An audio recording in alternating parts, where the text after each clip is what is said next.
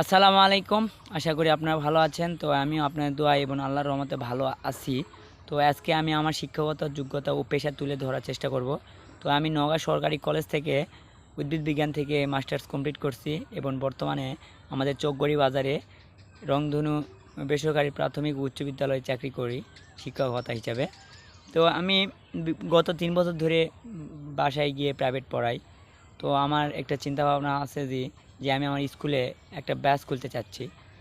সম্ভবত ১ তারিখ থেকে তৃতীয় এবং চতুর্থ শ্রেণীর কিছু বাচ্চাদের, খুবই অল্প সংখ্যক বাচ্চাদের নিয়ে শুরু করতে চাচ্ছি।